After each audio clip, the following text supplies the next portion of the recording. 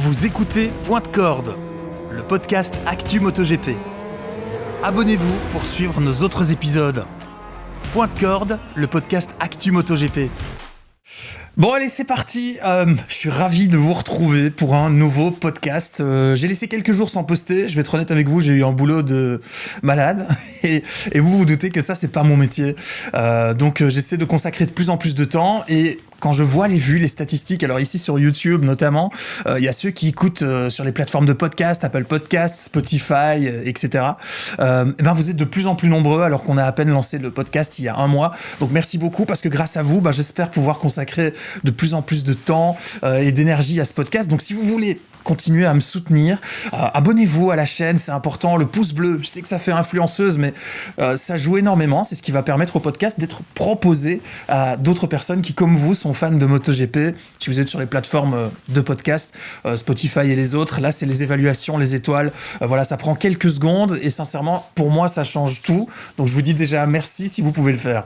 Pour fêter ça, j'ai créé quelque chose que je vais vous montrer. J'ai fait le premier t-shirt Point de Corde, voilà. Peut-être qu'à un moment donné, je sais pas, peut-être que j'en vendrai. Dites-moi dans les commentaires si ça peut vous intéresser. Regardez, j'essaie de vous le montrer. C'est le t-shirt classique en noir avec le logo. Je trouve ça de la gueule. C'est sympa et ça pourrait être une des façons de soutenir le podcast, puisque pour l'instant, pour être vraiment totalement transparent avec vous, ça me coûte surtout de l'argent. Alors le but c'est pas forcément que ça m'en rapporte, mais c'est que ça puisse être pérennisé dans la durée. Donc voilà, le t-shirt, dites-moi dans les commentaires si c'est quelque chose que vous pouvez trouver cool. Vous écoutez Point de Corde. Alors on y est, le sommaire de ce podcast. Ça aurait pas de sens de revenir sur les deux grands prix phase par phase ou de débriefer exactement ce qui s'est passé, mais on va débriefer les conclusions qu'on peut tirer à la fois du Grand Prix de Malaisie et donc du Grand Prix du Japon, puisqu'il s'est passé des choses à Mandalika et à Motegi, et notamment, ça y est, ça se dessine de plus en plus. Le titre, alors on s'en doutait, c'était les deux favoris, mais là on voit très clairement ce final entre Pecco Bagnaia et Jorge Martin qui s'annonce de plus en plus intéressant. Je pense qu'on pourrait voir un final qui se déroule à Valence. En tout cas, c'est le débrief qu'on va faire aujourd'hui, les conclusions à tirer des deux dernières courses MotoGP.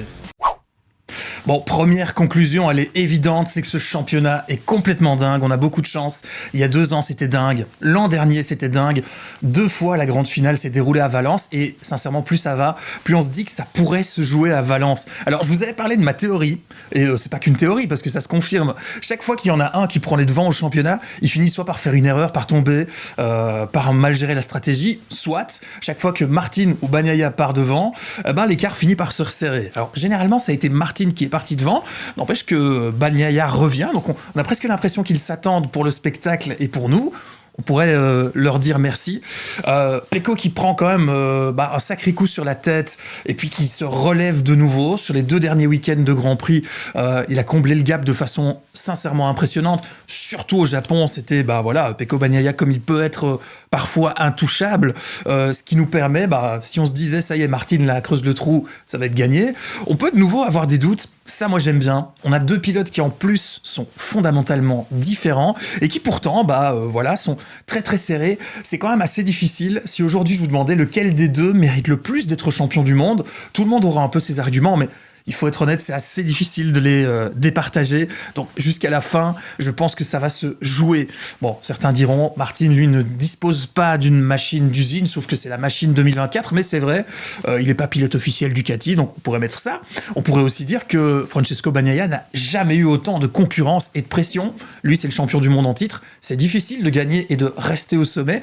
Et pour l'instant, il se montre capable de le faire. Donc, moi, tout ce que je demande, c'est que tout ça, ça se joue au final de Valence, mais je pense que ça, vous l'avez compris. Alors, autre conclusion, Pedro Acosta, rythme impressionnant, mais chute beaucoup trop souvent des chutes. Alors, beaucoup trop souvent à mettre entre grosses parenthèses, gros guillemets. C'est un rookie, je suis d'accord, et ça fera l'objet d'ailleurs d'un autre podcast. Je trouve que la saison de Pedro Acosta mérite qu'on fasse une petite analyse. J'aurai l'occasion d'en reparler avec vous. Alors oui, Pedro Acosta est impressionnant, c'est un pilote super à regarder piloter, l'entrée dans les virages, il n'y a que lui qui pilote comme ça, j'en vois pas d'autres, dites-moi si je me trompe. Il gère de mieux en mieux les pneus, voilà, début de saison, il y avait l'apprentissage MotoGP, déjà passer d'une Moto2 à une MotoGP au niveau de l'électronique, etc. il y a des choses à apprendre, mais les pneus, surtout la gestion des pneus. Bon, là, on voit qu'il y a une grosse progression. Il n'a pas de machine d'usine, quand même. Hein. La Gaz, difficile d'évaluer sa performance. En tout cas, Costa est le seul à performer avec la Gaz. Mais voilà, il est rookie. Voilà, on va encore le répéter. Mais malheureusement, malgré tout ça, il faut quand même constater une chose, c'est que de plus en plus souvent, il a du rythme, mais il y a des chutes. Et il l'a dit lui-même, le week-end au Japon en Motegi, c'est son plus triste week-end depuis sa carrière en MotoGP.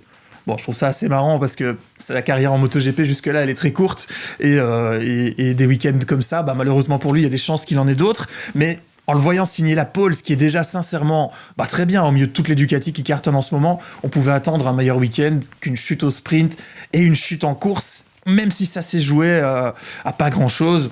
Bon, voilà. Alors, je développerai tout ça, comme j'ai dit, dans un autre podcast, mais pourquoi je dis ça ? C'est parce que quand même, l'an prochain, Acosta sera officiel KTM, et là, qu'il soit jeune et assez novice dans la catégorie, on lui pardonnera beaucoup moins les chutes, surtout que en ce moment, chez KTM, et il y sera toujours, il y a Brad Binder, qui est également un excellent pilote, mais qui chute beaucoup, et donc les deux mis un sur l'autre, ça la ferait mal. Donc voilà, l'an prochain, je pense qu'il y aura quand même beaucoup plus de pression, mais moi, je vais quand même un peu me mouiller, je pense que d'ici fin de saison, ce serait pas une énorme surprise de voir Pedro Acosta gagner une course.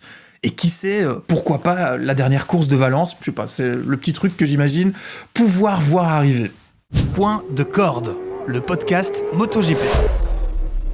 La troisième conclusion, on va parler de Marc Marquez, et pour moi cette conclusion c'est de dire que Marc Marquez est out pour la course au titre, parce que là l'écart devient assez important, l'écart qui s'est même un peu creusé, même si Marquez fait de bonnes courses, mais là ça va devenir un peu compliqué. Alors il est régulier, c'est vrai, et je trouve même que Marc Marquez est un peu plus raisonnable en termes de calcul qu'il a pu l'être avant, en assurant quand il le faut une 4e place s'il sait qu'il pourra pas aller chercher la 3e. Même si de ce côté-là, il a été assez en réussite ces dernières semaines. Voilà, alors bon, c'est mon avis finalement sur cette course au titre, mais on sent que cette saison, là sur la fin de saison, le gap avec les Ducati de 2024, il est clairement en train de se creuser. Un Marc Marquez qui donne tout avec ses meilleurs chronos peut difficilement aller les suivre durant la course, même si parfois on le voit dans un meilleur rythme globalement, on va dire dans la plupart des cas, il est quand même un peu en dessous. Voilà, sur la GP24, on voit par exemple Morbidelli même performe actuellement. Alors je veux pas gratuitement dire du mal d'un pilote, j'aime pas faire ça, mais pour Morbidelli c'est assez difficile de se dire est-ce que Morbidelli, on sait que ça a été un bon pilote. Moi, à mon avis, c'est que c'est quand même plus le Morbidelli qu'on a connu, et que là, il a une GP24 qui est canon, mais je peux me tromper, peut-être qu'il est revenu en forme, il a été blessé assez gravement, donc c'est pas impossible, je reste franchement mitigé. Moi, l'impression que j'ai, c'est qu'en ce moment, les Ducati GP24, elles cartonnent tout simplement, mais voilà, je vais mettre ça, j'aime pas donner des avis assez tranchés. Finalement, c'est assez difficile de savoir qui a raison dans ce cas-là. Et puis, au milieu de tout ça, dans les conditions de course normales, comme je vous le disais, on voit que le rythme de Marc Marquez est en dessous des GP24. Si même on imaginait de toute façon que ma théorie est fausse et que les GP23 et GP24, il n'y a pas un si gros gap, il n'empêche que si on regarde le rythme avec Martin et Bagnaia, ils sont au-dessus. Donc ça va être très compliqué, à part surprise, d'aller les chercher. Il va jouer la 3e place avec Bastianini, ce qui est plutôt cool parce que dans les dernières courses, on a vu des passes d'armes entre Marquez et Bastianini et aucun des deux ne se fait de cadeau, donc c'est assez chouette de les voir se battre comme ça. Moi, c'est deux pilotes que j'aime bien voir se battre parce que y a ce petit truc agressif, mais en même temps, dans leur bagarre jusque-là, sur les 2 dernières courses, c'était propre, donc nous, c'est ce qu'on veut. Voilà, alors, on va voir les performances pour la fin de saison de Bastianini. Moi, je pense que Bastianini va faire une super fin de saison et donc ce serait mon favori pour la 3e place. Il a, selon moi, la meilleure moto. Il est en forme, il fait des belles fins de course.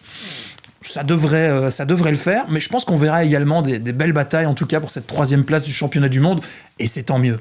Alors, ma nouvelle conclusion, elle va en énerver certains parce que je remets une couche. Les Ducati 2024 sont intouchables. Pourquoi j'en fais une conclusion ? Parce que je viens déjà d'en parler. Simplement parce que j'aime pas vous donner juste un avis sans mettre de la matière et vous dire faites avec, c'est mon avis. Ça en revient à un débat de réseaux sociaux, c'est pas intéressant. Je suis simplement allé analyser, sans avoir les données, nous on n'a pas les données des motos, les pilotes Ducati eux les ont, les données des autres pilotes, nous on doit se fier au chrono et aux résultats. Mais si on regarde les résultats, les 3 derniers week-ends de Grand Prix. Alors, Émilie-Romagne, au sprint, 3 Ducati GP24 sur les 3 premières places. Ensuite, à la course, il y a 3 GP24 dans les 5 premiers. Et encore, Bagnaia était hors jeu. S'il avait fini la course, les 3 premiers, c'était de nouveau des GP24. Ensuite, Indonésie au sprint, 2 GP24, c'est les 2 premiers. Et sur les 5 premiers, il y a 3 GP24. Ensuite, en course, les 4 premiers, c'est 3 GP24. Et à la deuxième place, il y a Pedro Acosta qui vient s'incruster en faisant une course de dingue où il a dû tout donner pour être là.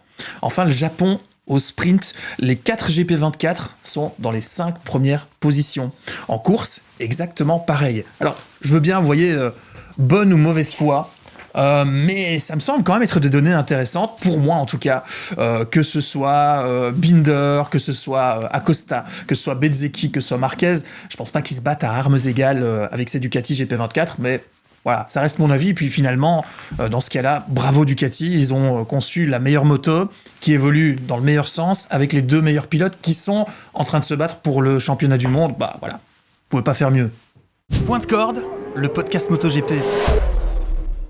Alors, autre conclusion, je sais que l'essence coûte cher pour tout le monde, mais Yamaha devrait peut-être arrêter de jouer avec le mapping consommation. Bah déjà pour 2 choses, c'est qu'ils vont fort énerver Fabio Quartararo, parce que pour le moment, on peut se mettre à sa place. Ça doit pas être bien drôle, et puis ça casse cette espèce de dynamique positive qu'il y avait en ce moment chez Yamaha. Ça la fout mal, hein. 2 courses de suite où on voit Fabio Quartararo qui tombe en panne d'essence. On peut comprendre la frustration. Alors on sait que c'est un travail sur la cartographie à la fois moteur et de consommation qui est en cours pour optimiser les performances de la Yamaha et aller chercher tout ce qu'on peut chercher. Mais bon, est-ce qu'on devrait pas aller chercher autre chose que ce petit détail qui finalement en fin de course donne parfois une grosse catastrophe, et parfois ça fait quand même 2 courses d'affilée. Voilà. Je développerai ça quand même dans un prochain podcast parce que Fabio Quartararo notamment s'est exprimé là-dessus. On a eu quelques infos sur Alex Rins aussi, donc il y a des choses à dire, mais en bref, voilà. Dommage parce que le climat pour le moment autour de Yamaha, il est plutôt cool, il est plutôt positif, on voit qu'il y a du travail qui est fait, on voit pas encore d'exceptionnels résultats, mais ils ont pas besoin de ce genre de couac. Dans cette dynamique positive, il faut la protéger un maximum pour qu'elle perdure sur la durée. Alors une conclusion étonnante, surtout en sortant du test de Misano qui l'était moins pour eux, c'est que Honda montre du mieux, surtout avec Johann Zarco. Parce que ça se tient à ça, hein, finalement. Johann Zarco et l'éclaircie dans le brouillard pour Honda. S'il n'avait pas été dans les dernières courses, peut-être que je ne vous dirais pas la même chose là, mais on a vu un mieux, surtout en Malaisie, qui était adapté quand même à Honda, et pour le bonheur des amis français, donc puisque c'est Johann Zarco qui, sincèrement, nous a complètement bluffé. Il a montré qu'il était capable d'aller jouer le top 10, et il l'avait annoncé, c'était son objectif. Alors en course, ça reste compliqué. On voit que le rythme est pas encore là, mais voilà, ça se concrétise juste pas. Il y a quand même du mieux. Le mieux surtout, c'est qu'en Indonésie, on voit Johann Zarco venir se mettre dans la Q2 et faire une 7e place. On n'aurait pas parié là-dessus il y a très peu de temps, donc ça reste bien. 11e de la course au Japon. Bon, il a eu de la chance puisque Fabio Quartararo est tombé en panne d'essence, mais bon, voilà, ça reste son 2e meilleur résultat de l'année. Et la veille au sprint au Japon, Johann Zarco a fait pas mal d'erreurs, on l'a vu, ça s'est touché, etc. Bon, le week-end était compliqué, c'est pas un circuit pour la Honda. Motegi, c'est pas là où il imaginait en tout cas faire un bon résultat, donc 11e dans ces conditions-là, ça reste pas mal. Alors évidemment à relativiser parce que il faudra voir la fin de saison de la Honda puisque il y a un travail qui se fait en ce moment, c'est clair, sur beaucoup de choses. Il y avait le nouveau châssis, il y avait la nouvelle aéro. Johann Zarco a demandé un travail sur le All Shot Device et surtout sur la façon de pouvoir faire descendre la moto le plus bas possible pour pouvoir sortir des virages et être plus performant sur l'accélération. Apparemment la Honda est la machine la plus haute de ce côté-là. Techniquement, je vous avoue que là, moi, j'ai pas d'analyse extrêmement précise. Il faudrait que j'aille me documenter un petit peu plus pour pouvoir vous en parler. Mais c'est la demande de Johann Zarco. Alors, je parle principalement de Johann Zarco. Ne pensez pas que je suis chauvin, parce que parfois, on peut se le dire. Mais je ne suis pas français, les amis. Mais simplement parce que, pour le reste, c'est quasiment circulé. Il n'y a rien à voir chez Honda. Au Japon, on a Nakagami qui est 13e. On a Marini qui est 14e. Et on a Mir par terre. Bon, voilà, c'est pas des mauvaises... Nakagami 13e, on n'est pas en catastrophe, mais c'est pas non plus remarquable. Au sprint de Motegi, Marini est 13e, donc aussi hors des points. Mir et Nakagami à terre, Mir qui est tout le temps par terre en ce moment. Bon voilà, et au sprint d'Indonésie, Nakagami et Marini, je les donné là sur ma fiche, 16e et 17e, et encore devinez quoi ? Mir par terre. Donc quelle surprise en course ce week-end-là. Nakagami fait 12, Mir par terre et Marini qui a été embarqué au début de la course dans cet accrochage et qui donc malheureusement n'a pas pu faire mieux. Mais au milieu de tout ça, voilà, il n'y a pas grand-chose à se mettre sous la dent à part les performances de Johann Zarco. De quoi se dire, moi franchement j'aurais été au HRC, je le redis, mais c'est Johann Zarco qui serait sur le guidon, il a de l'expérience et il est bon en développement, ils en ont bien besoin chez Honda actuellement. Point de corde, le podcast MotoGP. La prochaine conclusion, elle est plus étonnante parce que ça s'installe malheureusement dans la durée. C'est Aprilia qui est complètement dans les choux. Difficile de comprendre ce qui est en train de se passer chez Aprilia, même s'il y a des pistes d'explication.